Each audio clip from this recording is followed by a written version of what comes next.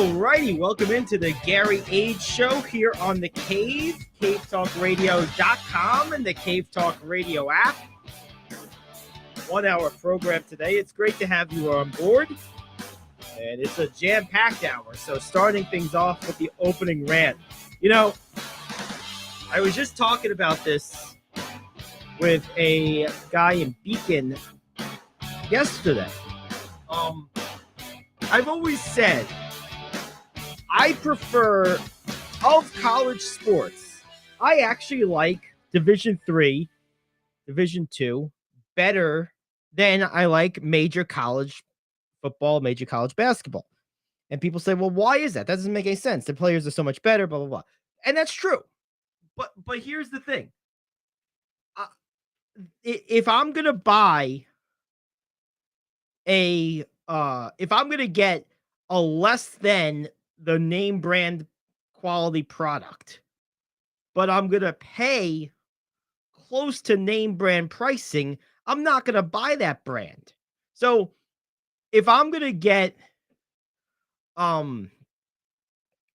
Goodyear tires, or if I'm not going to get Goodyear tires, but I'm going to get Goodyear pricing, and I'm going to get a lower quality tire, but the Goodyear pricing, I'm not going to buy it. But if I get refurbished used tires from the junkyard and they pay $50 a piece instead of $180 or $250 or more, then fine. I know what I'm getting. I'm not getting the same thing, but it's a different product altogether, right? And I can appreciate and consume both. See, major college athletics to me is that middle of the road brand that is charging you the price of a major brand. College basketball, college football at the high Division I level is a watered down talent-wise version of the professional game. There's nothing discerning or different about it other than the names of the institutions across the jerseys and the fact that the talent is lesser than the pros. That's the only difference. So to me, at that point, I'm just going to watch the pros. I'm going to go to a pro game. I'm going to watch it on TV. But college sports at the Division III level, nothing like the pros. But it's not charging you for that either. You might get in for free. It might be $10. It might be $5, whatever. And it's probably around the corner from where you live. Most communities have a one or more Division III or JUCO schools in easy driving or maybe even walking distance from their house. And it's good. I personally prefer that than major college athletics at the high level. So now that's just me. So to that extent, that's why I don't do much college sports. And now Front Office Sports, which if you haven't already done so, follow them. They're a tremendous, tremendous newsletter. One of the very best sports newsletters out there. I can't say enough good things about them. They had an article today that went into the finances a little bit of the ACC. And I have to tell you, I like this. So the ACC is going to be incentivizing winning. And I don't necessarily dive into the finances of how the money moves around in college all that much. So I don't know all the intricacies of it. But check this out. So beginning in the fall of 2024, that's next year, schools qualifying for revenue-generating postseason competitions like the College Football Playoff, other bowl games, and March Madness will receive more of the ACC's postseason payouts. The conference currently shares its monthly share equally, and will continue to do so for all other revenue. So last year, the ACC generated $617 million, and that's compared to the SEC's $802 and the Big Ten's $845.6 million. And this shift is important for football powerhouses like Clemson and Florida State, as well as basketball heavyweights like North Carolina and Duke, especially considering the college football playoff is going to be expanding that year to a 12-team format, which will, of course, increase more payouts. this season, the college football playoff will pay conferences $6 million for a team making a semifinal game and $4 million for a non-playoff New Year's Six matchup. So, for example, the Orange Bowl. So this is interesting. It's incentivizing winning, which I like. It is acknowledging the disproportionate value that football and basketball bring to the schools in terms of revenue generating.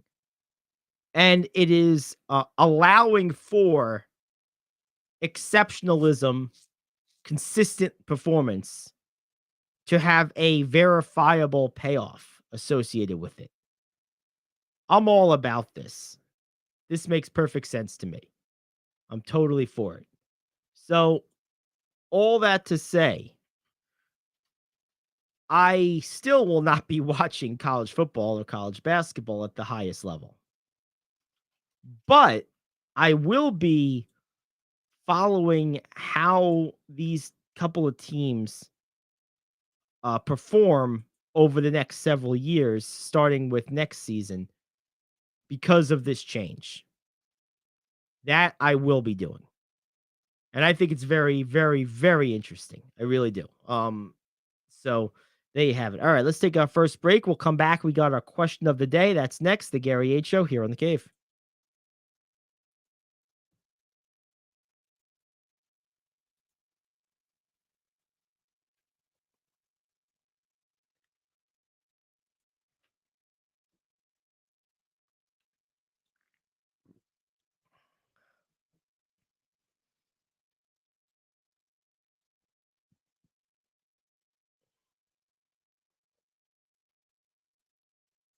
Coffee lovers, Middletown is now officially home to the home run of our favorite beverage, Days Coffee. Days' patented blend contains approximately 85% less caffeine than other coffees, which makes it better for you, yet unlike decaf coffee, still gives you that great pickup and tastes amazing.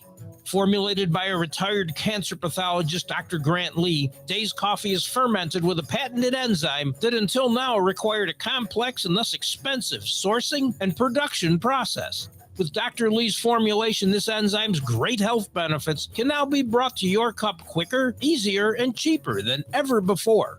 Here's how you get a hold of this game-changing cup of joe. Go over to radioonlydeals.com and get a $4 gift certificate to Days Coffee for just $2. That's radioonlydeals.com to buy your single-use digital gift certificate for Days Coffee. Radioonlydeals.com. That's radioonlydeals.com. Enjoy the preferred coffee of the Gary Ayd Show. Enjoy Days Coffee. Are you like me? You have health insurance, but you don't have dental insurance.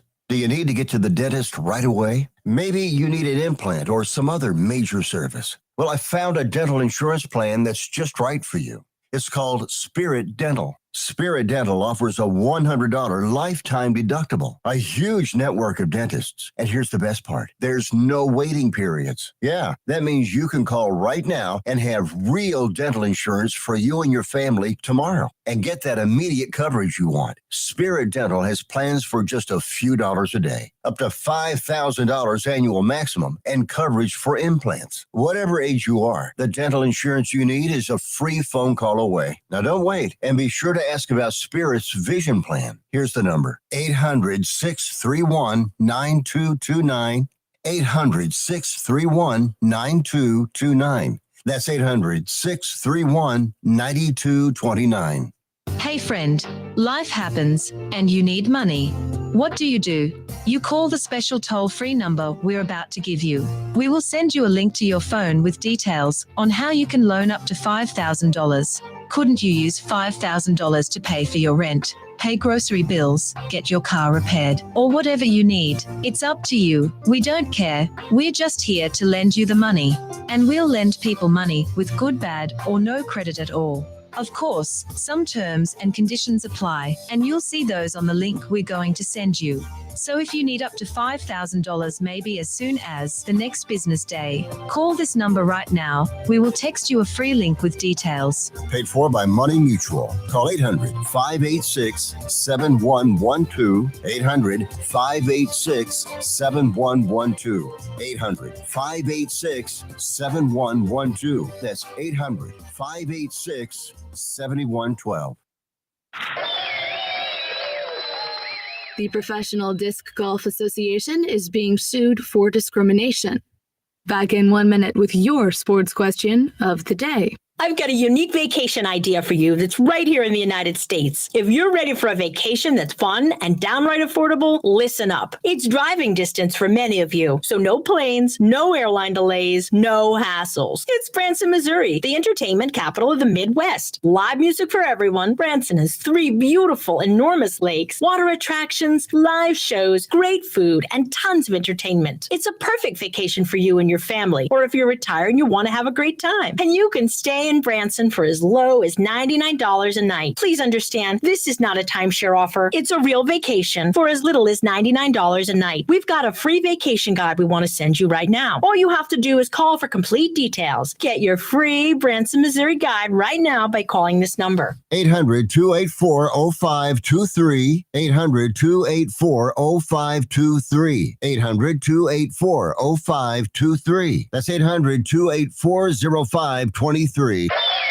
Transgender disc golfer Natalie Ryan recently filed a lawsuit against the Professional Disc Golf Association after being banned from competition in the California Women's Division. Ryan is challenging the association's rule preventing transgender athletes from competing in the women's competition. Association policy dictates that trans athletes must have a medical transition during Tanner Stage 2 or before they turned 12. The goal of the policy, per the PDGA, is to provide clarity in eligibility protocols. Question: do you think the policy is fair or unfair? I mean, it feels like we answer some variation of this question on a regular basis. Of course it's fair. If you are biologically a male, you have a competitive advantage against any female. And that's really all there is to it. You are not being fair to the females if you allow a transgender to participate in these games. And furthermore, this is where I would like to see. Here's the study I would like done. What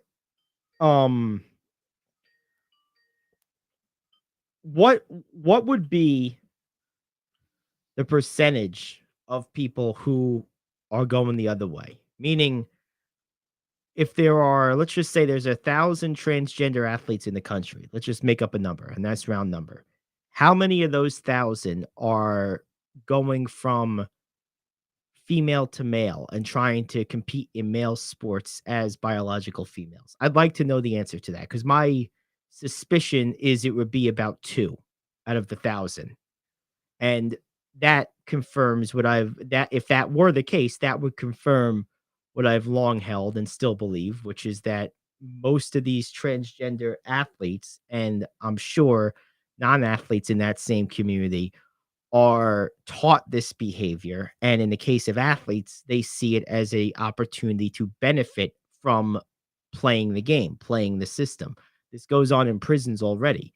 Prison inmates who are men will say they are women housed within female population and have sex with these women, rape them basically in their own cell.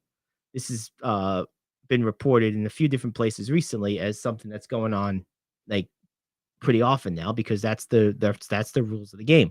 We have to put a stop to this. It's only the right thing to do. So the question is something as simple as is it fair or not fair? Of course it's not fair. Now, the other thing is this is going to at some point have to be a blanket nationwide policy. At some point, this is going to hit the Supreme Court in a conclusive way, because if just because one place gets it right doesn't mean another place will. and there has to be like zero wiggle room, like there is with federal taxes. If you don't pay your taxes, you do get a call from the IRS. It doesn't matter if you live in Alaska, Los Angeles, New York City, Randomsville, Arkansas. It's the same everywhere.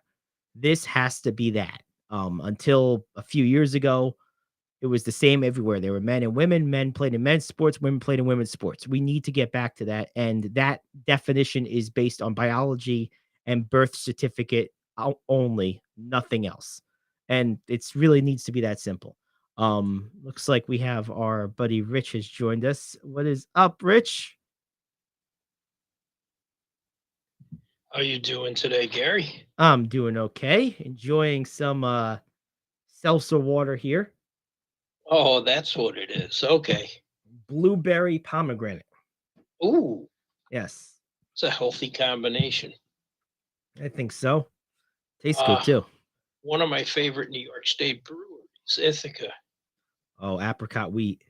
Yeah, but their pomegranate wheat, which they have discontinued, is one of the best I ever had. I never had that one. I always got the apricot wheat that I can find around beer stores sometimes. Yes, that is very good as well. Yeah, that's good stuff. So yeah, well, good timing. We are just about to bring on Joe Vasile of the Hudson Valley Renegades. Oh, great. So actually, we're going to go ahead and add him. We'll take a quick break. We'll come back with him on the other side. It's the Gary Ayd Show. Back after this on The Cave. Coffee lovers, Middletown is now officially home to the home run of our favorite beverage, Days Coffee. Days patented blend contains approximately 85% less caffeine than other coffees, which makes it better for you, yet unlike decaf coffee, still gives you that great pickup and tastes amazing. Formulated by a retired cancer pathologist, Dr. Grant Lee, Days Coffee is fermented with a patented enzyme that until now required a complex and thus expensive sourcing and production process. With Dr. Lee's formulation, this enzyme's great health benefits can now be brought to your cup quicker, easier, and cheaper than ever before. Here's how you get a hold of this game-changing cup of joe. Go over to radioonlydeals.com and get a $4 gift certificate to Days Coffee for just $2. That's radioonlydeals.com to buy your single-use digital gift certificate for Days Coffee. Radioonlydeals.com. That's radioonlydeals.com. Enjoy the preferred coffee of the Gary Ayd Show. Enjoy Days Coffee. All right, we are back here on the Gary Ayd Show. And we are joined now by Joe Vasile of the Hudson Valley Renegades. What's up, Joe? Oh, we were joined by Joe. Let's try again. Give us one moment here. All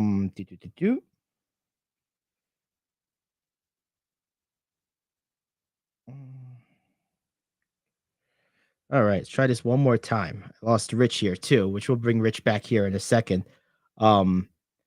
And that should be fine. But one thing that's interesting about the Renegades is they are probably one of the most recognized brands in all of the valley, really. And what's amazing is they have a lot of really quality food there. They have the bistro there, which if you're not familiar, if you haven't been to a game recently, they have fresh off the grill burgers, sausages, hot dogs, and chicken sandwiches every game. Like this is a standard part of their fare. This isn't a special. They have a weekly special, but that's not what this is. It is literally a weekly regular thing. It's fantastic. It's a game by game. Excuse me. It's a game by game thing. It's not a weekly thing at all. That's what I was trying to say. It's literally every game. There is burgers, there's dogs, there's sausage, there's chicken sandwiches right off the grill. And how awesome is that? And then what's funny is they have the same stuff, not fresh off the grill at like the regular food tent, and everyone goes there. And it's like, it's right next door. Like you don't smell the goodness. You don't see the goodness on the grill. I do. Oh man, what an amazing, amazing thing. So anyway, let's see if we can get Rich back here. I don't know what's going on with Joe. So we'll see what we can do here. Um, let's see what so Rich is back. I haven't been able to get Joe here. So he might give us a call. We'll see. But I was just explaining that they have the bistro at these Renegade games, Rich, and it's a hot, fresh off the grill burgers, sausage, chicken sandwiches, and dogs. And right next to it is like the regular, food area, and it's the same food, but not hot and fresh off the grill. And it always amazes me. There's long lines at the non-fresh place. And it's like, don't you see and smell the food cooking like literally 40 feet to your left? It's like, why wouldn't you go wait in the shorter line for the fresher food? Is there a difference in price? You know what? I've never noticed that. There might be. I guess that would be the That reason. might Yeah, I don't know if there discourage is a or few not. people. Yes. Me, I'll pay a little more if it's Yeah, if it's a difference, it's negligible. right. And if it is, that's fine. It's like $1 or 2 if it is a difference at all. You always want fresh. Exactly. That's exactly right. Speaking of baseball, let's talk Major League Baseball for a second. The Mets got killed by the Cubs again. And I don't understand something. Like, how are they beating Tampa and Cleveland, but losing to Washington, Chicago, and Detroit? Detroit is improved, but I don't understand it. I'll be honest. And now today I saw one of the New York City hosts made he's one of you know him. He has some Buffalo roots. He made Oh yeah, I know him. the genius comment that Aaron Boone is the best manager in baseball because the Yankees have won a few games in a row in May. It's like, is he even the manager of the team? Like, let's start there. Does he even have any actual authority or say so? Seems to me he's just like carrying around the lineup card and enacting what was probably decided by the front office. I don't know. I've never gotten the sense that Boone has a whole lot of autonomy to make any decisions. Nor have I ever gotten the sense that the team he inherited from Joe Girardi 7 years ago is any better or worse, or really, frankly, any different one way or the other than the team he has now. I feel like he's literally just kept the pot warm on the stove. I don't feel he's accomplished anything of note. I don't either. Like, he's not screwed anything up. I guess you give him credit for that, but he inherited essentially Well, what in the last couple of nights, he's proven they can't do anything with Baltimore. Baltimore has their number, just like they got Baltimore Minnesota. also has a better record than they do. That's an interesting division. I think there's 5 teams in Major League Baseball with 30 wins, and 3 of them are in that division. Yeah. Well, there might be 4 now. I know Houston was right on the cusp, so Houston might have True. joined the. There might be 6. Although Houston lost their last couple to the Angels. Yes, they did. Yeah. So there might only be 5 30-win teams still. Let's see. 1, 2, 3 in the East. None in the Central. 1 in the West. 1 in the NL East. So what is that? 4. And then 1 in the West. Oh, no, that's 5. Okay, so there is 6. There's the Dodgers, the Braves, that's 2. The Texas Rangers is 3. And then 3 in the East. Yeah, so 6. So there are 6 now. I guess the latest team to join the club is the Braves because they won last night. You know, for the slow start that everyone's talking about with the Mets and the issues they seem to have, they're not far behind the Braves. Yeah, they're 5.5 back. And the thing I like about the Mets, and this is where can be made up in a week. Yes, and this is what I like about the Mets. The Mets are in a position right now where they're learning, they're developing, and they're growing. And the people that are doing that are the exact type of people at the exact age that will do that stuff rapidly, and the difference will be enormous come August. The Mets right now in their lineup on most nights are Vientos, Beatty, Alvarez, and Mariacho, or however you pronounce his name, is probably soon to follow. They have 3 and maybe soon to be 4 name position player prospects of prime ability and potential that are now getting real life, big league important at bats. And 2 of the They are. 3, Beatty and Alvarez, especially of late, are really, really playing well. And to me, that bodes really well for August. If these guys are who we think they are, come August and September, this team's lineup is going to look a whole lot more energetic and exciting. This is true. This is true. They have an interesting combination of experience and youth. Mm-hmm. They do. And I like it. Like, there's 2 guys of the veteran group that I'm kind of done with. Right? There's 2 guys. I'm done with Vogelbach as an everyday player. I want him on the team, but I kind of don't even want him as like the first alternate. I kind of want him as like a 5th outfielder or an occasional fill-in. To me, the guy he reminds me of now is Todd Pratt or Matt Stairs. He reminds me of a guy who has some power but little else, and I would like to see him more as a pinch hitter than a 4th outfielder at this point. And that's where I see Vogelbach right now.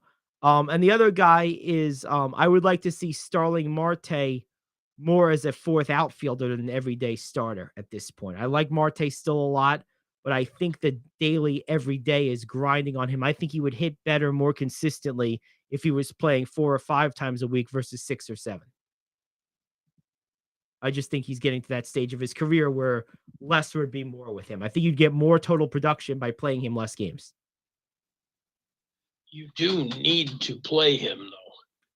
Oh, absolutely. By ability, I still think he's a starter, but I think the grind of playing starter number of games is beginning to show in his performance a lot of nights. Some nights he just looks out of gas. So that's why I would like him to play 4 out of 7 days, or maybe 5 out of 7 if you have an important series, versus 5 out of 7 or 6 out of 7 right now. I think an extra day off per week would make a lot of difference to him right now. It's not because I don't believe in his ability. It's because when I watch, I feel like there are games when he just looks gassed.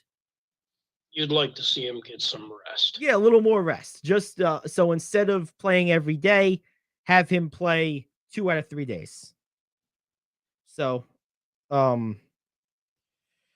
that's what I would do. We'll see. That makes sense. I'm gonna try. I wouldn't mind seeing him get 1 to 2 days off a week. I don't think it would hurt any. No, I agree. 100% I agree. We're going to try Joe Vasile one more time of the Renegades. I just got word from him that he should be good. Let's see if we can get him on. Here he is. All righty. What's up, Joe? Welcome to the show. We got myself and Rich is with you. What's going on, man? Oh, not too much. Just, this is the magic of live radio, right? You get called into something here last second and have to go meet down in the manager's office real quick. So everything's all good. Nothing crazy, nothing bad. Just a couple last second things. But other than that, we're doing great. And it's a beautiful day down here in Wilmington, Delaware, and we're just excited for more baseball. And if anyone's seen yesterday's box score, it was not the greatest of losses.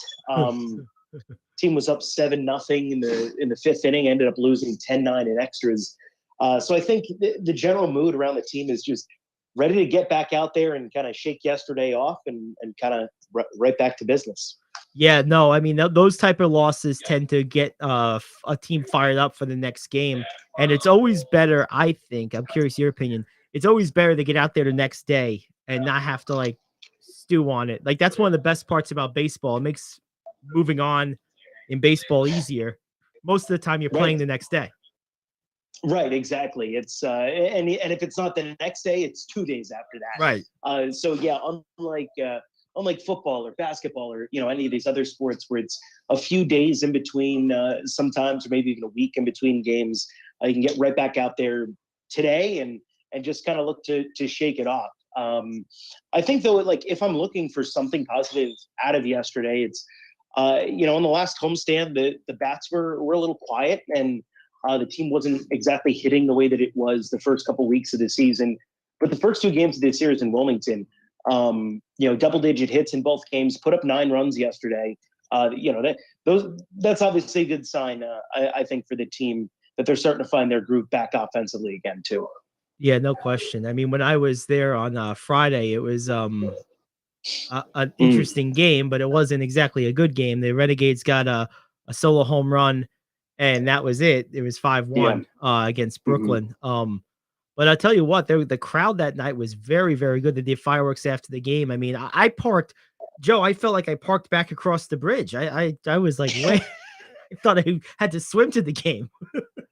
Yeah, we had a really nice homestand. The crowds are kind of filling out, which is great. I think this is year 3 of not being a New York Penn League short season team anymore, and I think we're finding that our fans are now conditioned that yes, we're playing baseball in April, we're playing baseball in May, whereas in 2021, especially with the restrictions, and then even last year, maybe we didn't see that as much, or we saw a lot of people saying, "Oh, I didn't realize you guys were playing already." We're hearing less and less of that this year, and we're seeing these early season crowds be bigger and bigger, which is obviously a great thing to see that kind of support from the community. And I know the guys always like playing in front of big crowds too, because it just gives you a little something extra to kind of feed off of, feeding off that crowd energy like we had last weekend. Oh, no question about it. What's right now? I think what's been your we're about a third of the way, a little less than a third of the way through the season. What's been the defining characteristic or moment for this team so far this year from your perspective? The defining characteristic, I think, has got to be the trying to think of the right word to say. It's I don't know if it's comeback ability, but the ability to shake things off. Maybe it's the reserve or the steal, kind of the mentality of this team. But a game that I always think about in that way is the first game of the Greenville series back at the end of April. You came out, you had Chase Hampton, who's been, to this point, one of the best pitchers in the South Atlantic League, if not, at least the staff in the Yankees org. In the bottom of the first inning in that game, gave up 4 runs. And so immediately you find yourself down 4-0. But Hampton did a nice job to settle in and get through 4 2/3, despite, a rough start and the pitch count kind of getting up early on. And the team eventually came back to win that game 11-6. And that's the kind of game where, all right, you've got, your ace on the mound, you get, hit in the teeth kind of early on, but just able to shake that off. He settled in, the team settled in, and ended up winning that game. And to me, that said a lot about the mentality of this team and their here it is, their mental toughness. There it is. And I think that's been for me the defining characteristic of this team through the first month and a half, 2 months of the season has just been that about them. There you go.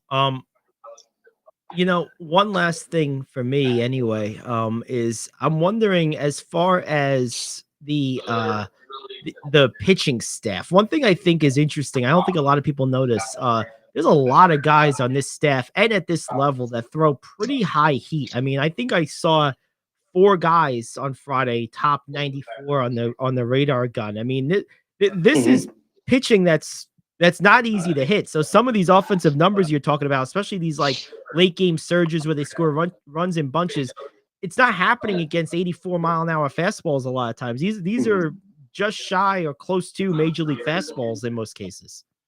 Yeah, and that's the funny thing about this league, that you kind of notice if you watch a lot of minor league baseball, is as I have over the last couple of years, 130 games last year, and we're on game 42 tonight. Pitchers at this level have big league stuff. I mean, there's no doubt about it.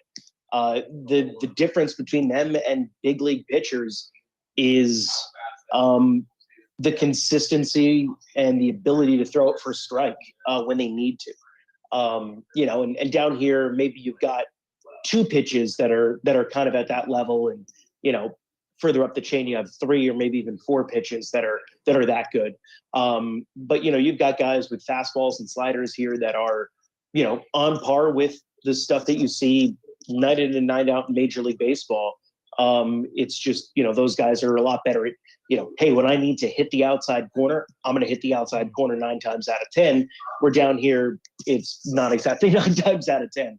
Right. Maybe the sliders hang a little bit more than they do in the big leagues. But I mean, the stuff is really good in this league. And that's one of the things that, when you think about minor league baseball, and just the kind of the razor's edge that is the difference between these guys and the guys that are in the big leagues, it's not that big of a difference. Even though we are still a couple of steps away from the big leagues, they're still AA, they're still AAA to go. But I mean, even just the other night, Wilmington's starter on Tuesday, Jackson Tetro, is a guy who had some big league time last year for the Washington Nationals. He's coming back from an injury. Renegades scored 3 runs, got 6 hits off him in 3 innings. Eduardo Torrealba, who's kind of a role player, utility infielder for us, hit a home run. It's not like a big leaguer or a guy who has big league time comes into this league and is just going to completely dominate. There's guys who can hit that kind of stuff down here. But again, it's just about the consistency and those really fine details. That is what makes the difference between where we are in the South Atlantic League and the big leagues. But, that just is all about the quality of the baseball that's being played night in and night out. Well, good luck tonight in Wilmington. Messinger on the hill for the Renegades today versus Chance Huff. At least by the numbers, big advantage for Messinger, pitching to a 2.23 ERA, but he's 0-2. While Huff is 2-2. He's got that 5.34 ERA. Team must be feeling pretty good going into this one based off of just in general. And that pitching matchup certainly seems to heavily favor the Renegades. Yeah, whenever Zach's taking the mound, you're going to be put in a position to win the game. And honestly, like he's left a couple games this year that, where the score was tied or, the bullpen gave up the lead and then the team came back to win. I think the Renegades have a winning record this year in games where he's pitched.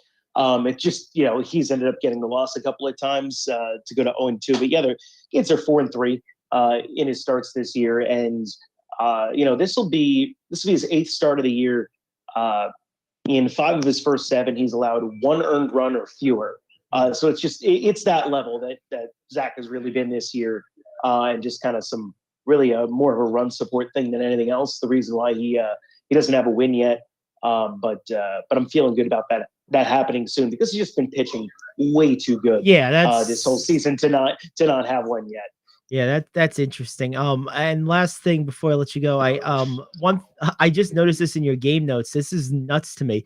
Almost 50% of the team's games, 48% of the team's games have been decided by 5 or more runs. That's wild and crazy. Well, do you have a theory as to why there's so many games by such a margin? I mean, that's half the games. Is a lot of games.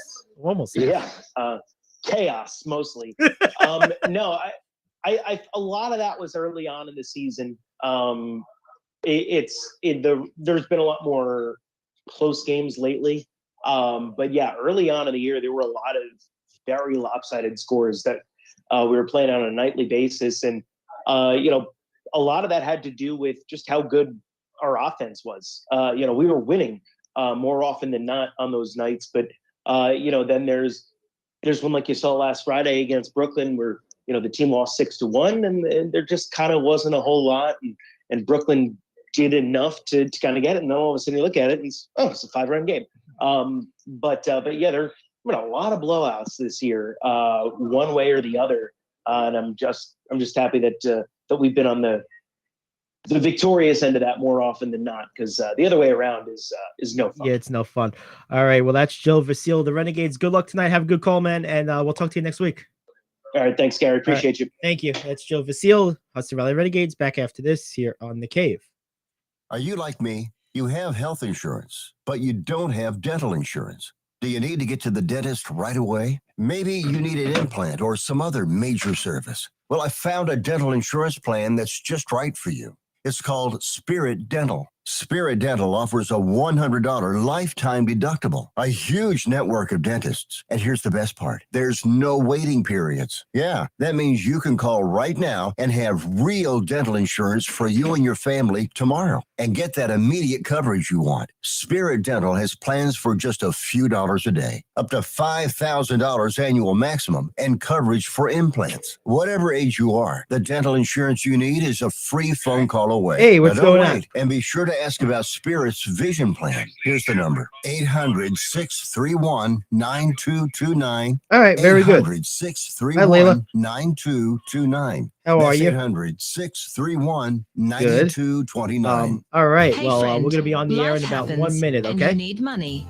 What do? You call the special toll-free number we're about to give you. We will send you a link to your phone with details on how you can loan up to $5,000. Couldn't you use $5,000 to pay for your rent, pay grocery bills, get your car repaired, or whatever you need? It's up to you. We don't care. We're just here to lend you the money. And we'll lend people money with good, bad, or no credit at all. Of course, some terms and conditions apply, and you'll see those on the link we're going to send you. So if you need up to $5,000 maybe as soon as the next business day, call this number right now. We will text you a free link with details. Paid for by Money Mutual. Call 800-586-7112. 800-586-7112. 800-586-7112. That's 800-586-7112. All righty, we're back here on the Gary Ayd Show, and we are joined now by one of our OC Bomber Player of the Week. Layla is with us, Layla Cologne. Her father, Nick, is here as well. Hello, Layla. How are you? Good. Nice to have you. So let me ask you, how long have you been playing softball?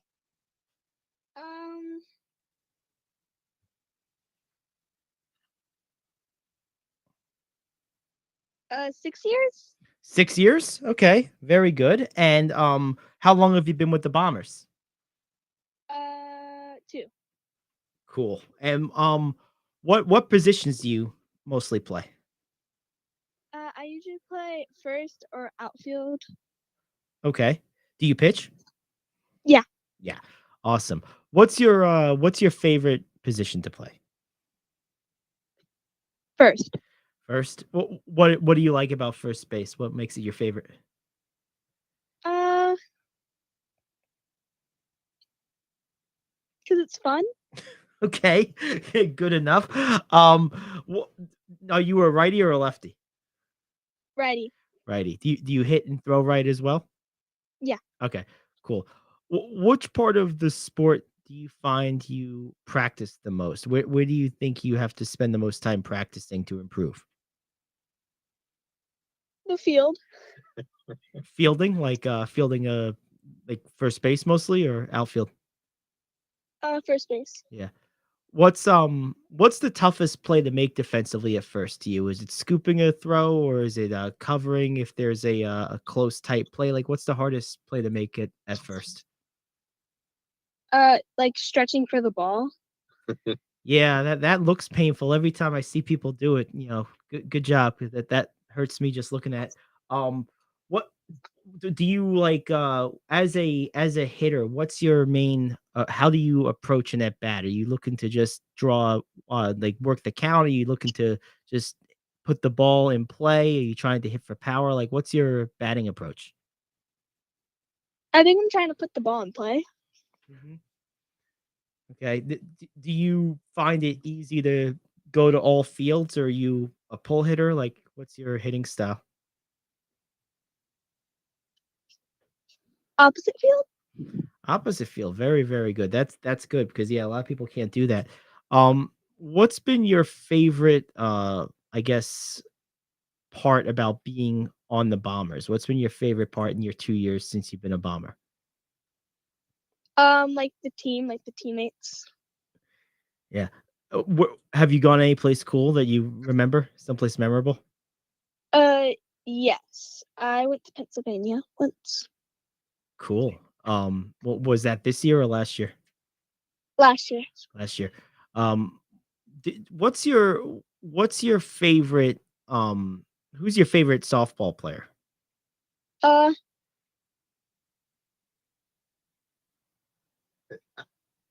I would have to interject. I think her favorite baseball player. Okay. I think we're Met fans, and Yes, I found one. so Layla, she wears number 18 in honor of Darryl Strawberry, but Mom and I really like Keith Hernandez, probably as the all-time favorite Met. Okay. That's Yeah. why she likes to play first base. Okay. I mean, that's great. I'm happy to find a Met fan. It's hard to I get like 98% Yankee and about 90% Aaron Judge. So I'm still waiting for my first Pete Alonso, but I'll take Keith. Okay. That works. Yeah. So generally speaking, she's played just about every position out on the diamond, but her favorite is first base because she likes how busy it is, and Yes. very long and slender and tall, so it kind of fits into her body It type. fits her body type, sure. Yeah. Yeah. Long, slender, and tall does not make a catcher usually, for example. Right. Yeah, no, that makes a lot of sense. Now do you, Nick, do you have other children, older children who play travel sports, or is Layla your first or your oldest? Well, my boys particularly play basketball. They didn't play softball or baseball. Okay. In that Yep. capacity. Yep. Layla's my first child that's taken on softball. She plays softball and she swims. Mm. So, but she's identified more, I think, to the softball, right? I believe so. Yeah, softball's a cool sport. What's the Yeah. what's the travel experience been like for you guys now that she's been at it for 2 years? Oh wow. Yeah, we've really learned that extremely busy. Say yeah, good answer. I heard Really you. busy. All right, good. There you go. Don't be shy. I haven't lost a patient yet. I promise. We had a lot of practice. Yes. Yeah. She's put in a lot of time, especially during the winter months when We have most practices. the most practices. Yeah, you want to share how those practices look like? Yeah, tell me about them. We have hitting, and then we have optional pitching and catching. Friday Yeah. nights. Yeah. Heading as well. I think hitting is Sunday, right? Yeah, Sunday mornings, right? And then we also have speed, agility, so speed to work how fast we are. Yeah. And what else? Oh, and fielding. And fielding. All right. What's been your favorite softball memory, Layla? Like a play, a hit, a game? Like what's been the most exciting moment of your time playing softball? Oh wow, that's a tough one. You could pick a couple if you can't choose between a couple.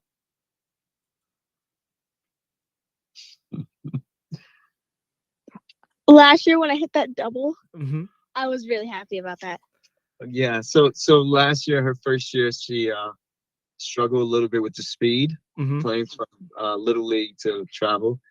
And I guess her coming out moment was she had an opposite field double, Yeah. where I think at that point it eased the tension that she had been building, wondering when it was going to be that first hit, and it happened to be a double. Yeah. Yeah, I remember. There you go. You want to share with us? What's that? Oh yeah, the Grand Slam. Oh yeah, by the way, the Grand Slam. What do you mean? Oh yeah.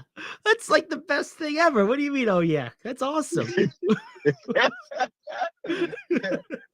What The did you bases clearing home run. Oh yeah, by the way. When did you hit that? Friday? Also, this just happened too. It was Friday. Yeah, it was Friday. Wow. Oh, that's cool. That's awesome. Yes, she hits in the four spot in her lineup. So she's learned how to be a run producer for the first time. And she was just sharing with me on Sunday. Sometimes she feels the pressure of trying to make sure if she runners come in, batted in. Well, identifies with that. There's a and I don't remember who I heard this from, but it's a quote that I attribute to an athlete, a modern athlete. I just don't remember who it was, but it's a great statement on this. The quote is pressure is a privilege. It means you're being put into a position to make a difference, and if there's no pressure, you're not in a position to make a difference. So that's pressure is a privilege. And I forget which athlete said this. It was a baseball player though, and I just can't remember who it was. But I like it. She's smiling away here, like the light bulb went on. There we go. Pressure is a privilege. It might have been Bryce Harper, actually. Oh, nice. It's just the cleats you wear, Bryce Harper's cleats. Mm-hmm. The ones you like. Oh yeah, you like Bryce Harper. So wait, you're a Met fan and you like his shoes? Come on, like we gotta get some Pete Alonso in here. He's at least as good as Bryce. Our own guy too. This past weekend in a 3-game span, she drove in at least 10 RBIs or more. 13 in total. In one weekend? In a 3-game span. My goodness. That's some beast mode right there. Splendid hitting and under pressure with runners in scoring position. I think that was you're very modest here, Layla. You could have come up here and started bragging all you wanted because you got grand slams and 13 RBIs and all kinds of stuff, and you weren't gonna say any of that. None of that. I think I do more of the gloating and that's what Dad's for. That's right. That's right. Well, good job, Dad. And good job, Layla. Way to make the RBIs count. Thank you. Are you guys playing a tournament this weekend? Yeah. Where are you playing? Well, we're going to Rockaway, New Jersey. Ooh. It's the Rampage Invitation Tournament. It's the USAA tournament. So there's going to be lots of teams, some real serious stiff competition. If Pat was there. Who? Pat. Oh, who's that? Pat. New Jersey team. Oh yeah, there's a lot of teams from all over. She is familiar with some of the really good teams, and she's kept a mental note for this year of the teams she would like to face, which speaks to her makeup. She wants to go against the best. That's good. It's exactly what you want. Well, hey, enjoy it. Congratulations again, and keep hitting in those home runs. And next time you hit a grand slam, just tell someone about it. Okay. Alrighty. All right. Thank you, Gary, for this opportunity. All right. My pleasure. You guys have a good day. Thank you. All right. Bye. Alrighty. That is Layla Colon and her father, Nick. That was fun. Rich, imagine that. We're like, I'm ready to wrap this thing up. And I was like, oh, by the way, I hit a bases clearing grand slam and had 13 RBIs in 3 games. Oh, yeah, minor detail. And just another day at the park. Wow. Isn't that something? That is amazing. Good stuff. All right, we're gonna go into a little overtime here. We're gonna cut the show a little short, but we're not gonna cut it as short as I was thinking. Dylan had dropped something here pretty interesting in the chat that I wanted to kind of go through. So apparently NBA referee Eric Lewis was found to have a burner Twitter account and defending his on-court actions and the media narrative against dozens of them. And basically said Lakers fans still blaming the refs. And it goes on from here. You can read the chat if you're looking at it right now. Y'all played the number 1 team in the NBA and they don't get any credit. Well, look, here's the thing. Most of the time I heard people saying the refs were helping the Lakers. I didn't hear a lot of like the opposite. And second of all, it just goes to show you refs don't decide these games. The players do. I mean, because if the NBA was about getting the matchup it wanted for its business, the matchup it's gonna get in all likelihood would have been one of their last choices. So like we just but that is interesting. You don't often see the reason I bring that up, besides the fact that Dylan put it in there, is that you don't often find refs in any public capacity at all. And they found the Twitter account linked to both his email address and phone number. So that's kind of a odd story. Not exactly a burner account. Yeah, it's like kind of like hiding in plain sight, right? If you're gonna make a burner account, don't use your own email and phone. Yeah, that's not very smart. The last time I heard of a burner account in the NBA was actually not even Kevin Durant. It was Brian Colangelo. And he was like excommunicated. I mean, you haven't heard anything from him in years now. Yeah. And that's a shame. He was a good executive. Durant had a lot of burner Yes, accounts. he probably still does. I'm sure he does. All right, what do we got? A couple minutes left here. Let's do a little news you can use. Well, congratulations to the Florida Panthers. Yes. Matthew Tkachuk scored the game-winning goal with 4.3 seconds left. They swept Carolina. In fact, the game-winning goal in 3 of the 4 games were by Matthew Tkachuk. Wow. The first 2 game-winning goals were overtime goals. I don't know why he scored so early last night. But they move on to play the winner of Vegas and Dallas, and they have game 4 tonight in Dallas. Vegas is up 3 games, 0-0. We have the NBA game tonight, which I'm sure you've touched on. Yep. Miami at Boston. That's game 5, and it'll be interesting to see how long Boston can carry this out. All the experts seem to think it's going to be long. I don't know. There's a trade being rumored. Bleacher Report had it, where the Chicago Bulls trade Zach LaVine and Alex Caruso to Minnesota for Taurean Prince and Karl Anthony Towns. Oh, I'll tell you what, I actually think that would help both teams. So that was Caruso and LaVine, was it? Going to Minnesota for Prince and Towns.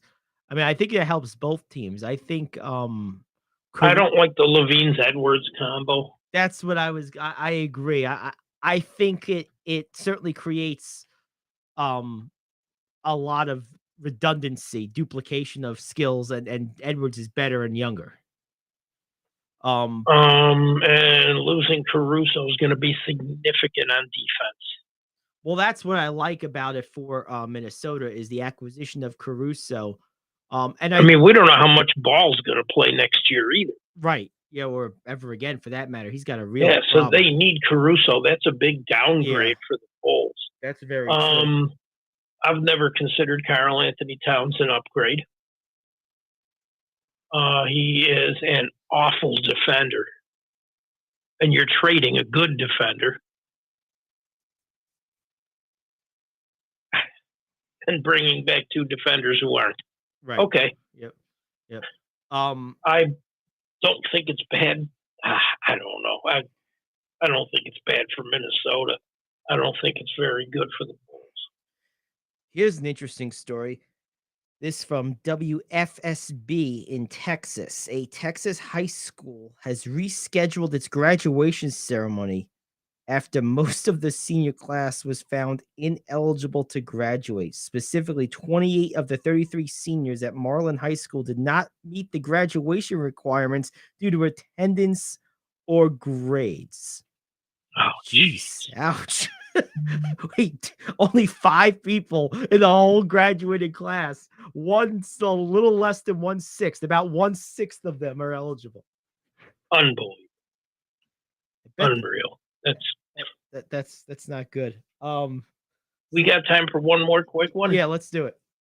Kendrick Perkins, while praising Nikola Jokic, took a pretty good shot at Anthony Davis.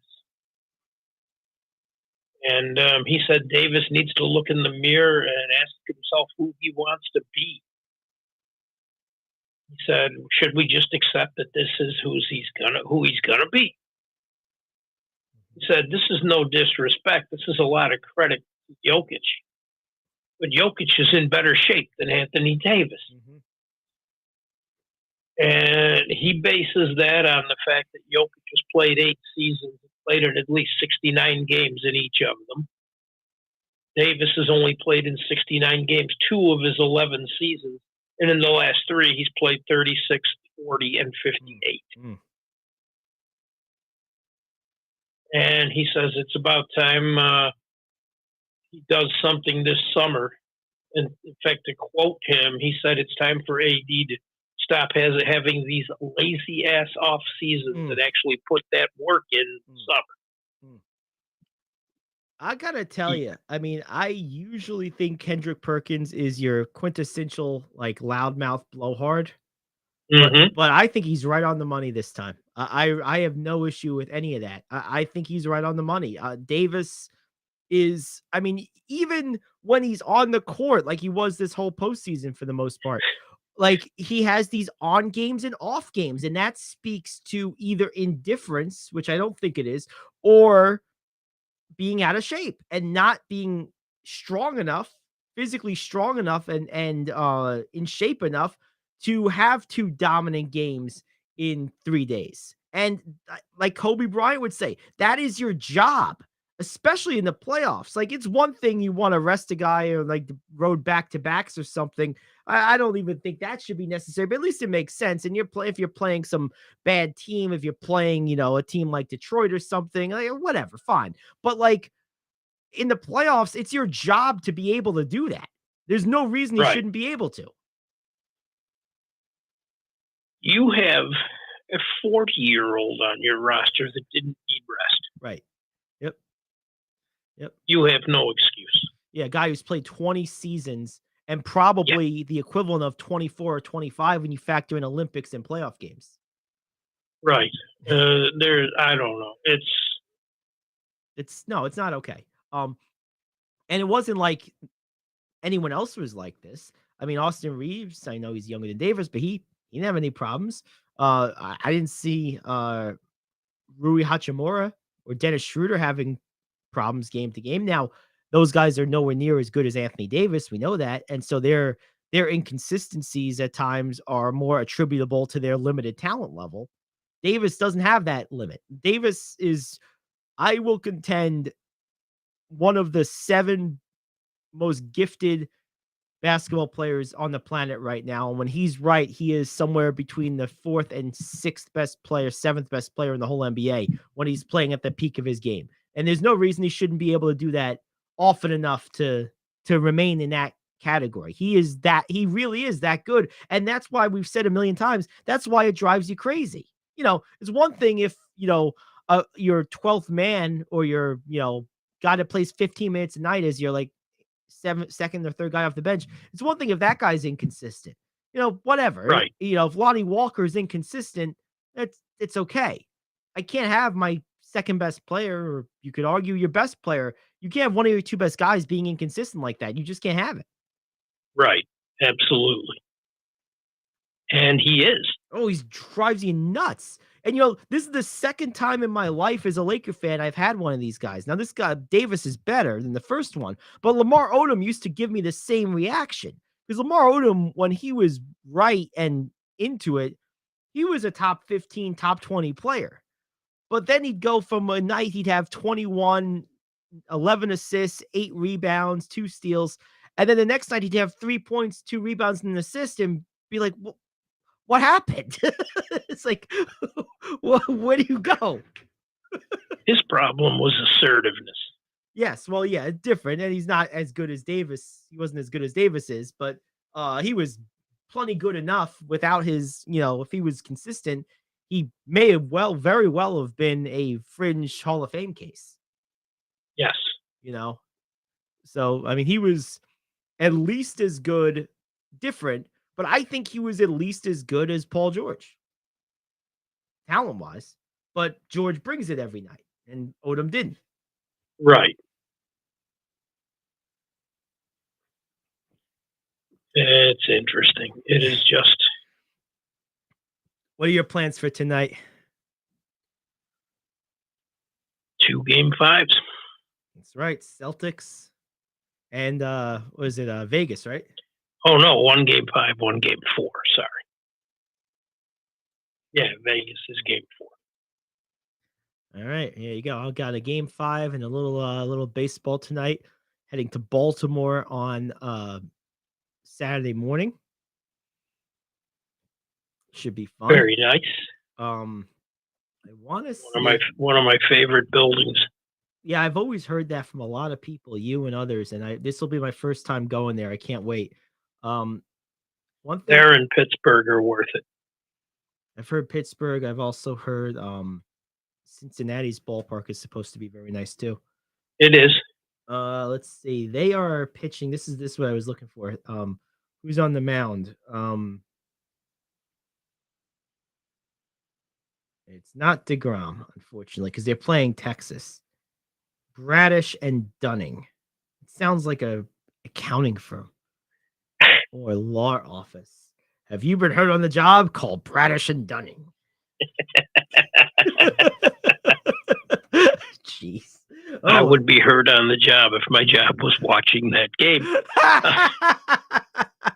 Well, hey, Texas has 30 wins. Baltimore's there too. They are both playing well. That pitching matchup doesn't thrill me, though. No, I'm not excited about it either.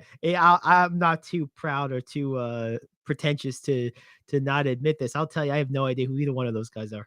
No clue. I know them, but I'm not really. Yeah, I don't know. I have no idea. So, not really excited about it.